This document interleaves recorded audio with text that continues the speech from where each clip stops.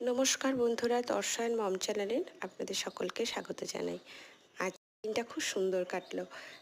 হঠাৎ করে বিকেল বিকেল ঘুম ভেঙে যাওয়ায় আমরা ওকে নিয়ে একটা পার্কে গেছিলাম। তার পোস্টটা আমি আগেই করেছি। তারপর ওখান থেকে আমরা ও চাকদা বলে একটা রেস্টুরেন্টে গেছিলাম। খুব সুন্দর, জানেন জায়গাটা এত সুন্দর, ওখানকার অ্যাম্বিয়েন্সটা সুন্দর, একটা গানও চলছিল।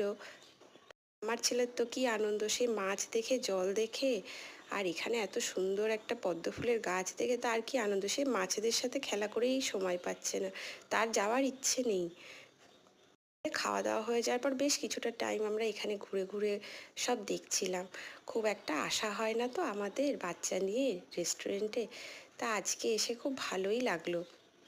আর তার বাবার তো একটু দাঁড়ানোর সময় নেই, সে বারবার বলছে চলো, সে আর তার আর ভালো লাগছে না, সে কতক্ষণে বাড়ি যাবে।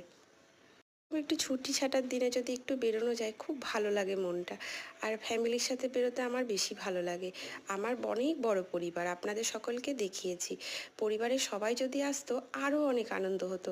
আমার খুব একটা যে তিনজন ঘোরার মতন মন তা নয়, আমার সবাই মিলে ঘুরতেই আমার ভালো লাগে। আমার ননদেরা, ননদের ছেলেরা, আমার ননদের ছেলেও এসেছে জানেন, ওরা বন্ধু আর ওর স্যারের সাথে।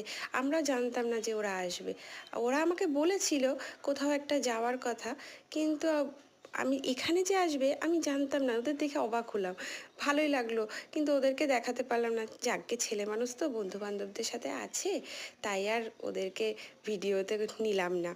তো সবাই যদি একসাথে আসতাম না খুব মজা হতো। আমাদের বাড়িতে নতুন অতিথি এসেছে, তার নাম মিষ্টি, ওকে আমরা মিষ্টি বলে থাকি, আমাদের বাড়ির নতুন বউ।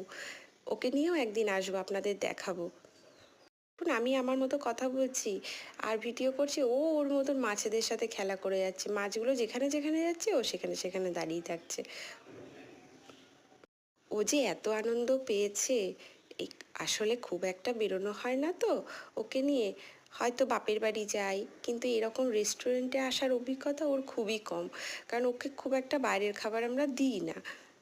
বিরিয়ানি বলুন কি মোগলাই বলুন, বাড়িতেও লুচি পরোটা খায়, মিষ্টি খায়, এইগুলো কম বেশিও খায়। হয়তো একটু চিপস খেলো বা কেউ একটু চকলেট দিল, ও এতেই খুব খুশি। রেস্টুরেন্টের খাবার যে কি হয় ওর অভিজ্ঞতার বাইরে।